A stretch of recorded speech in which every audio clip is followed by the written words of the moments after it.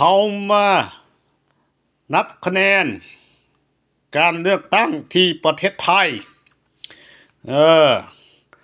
พรรคภูมิใจไทย1+1เท่า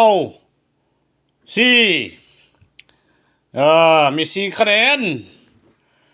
พรรคภูมิใจไทย1+1เท่า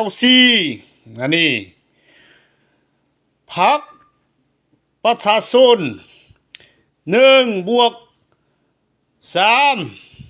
เท่า2พรรคเพื่อไทย2+1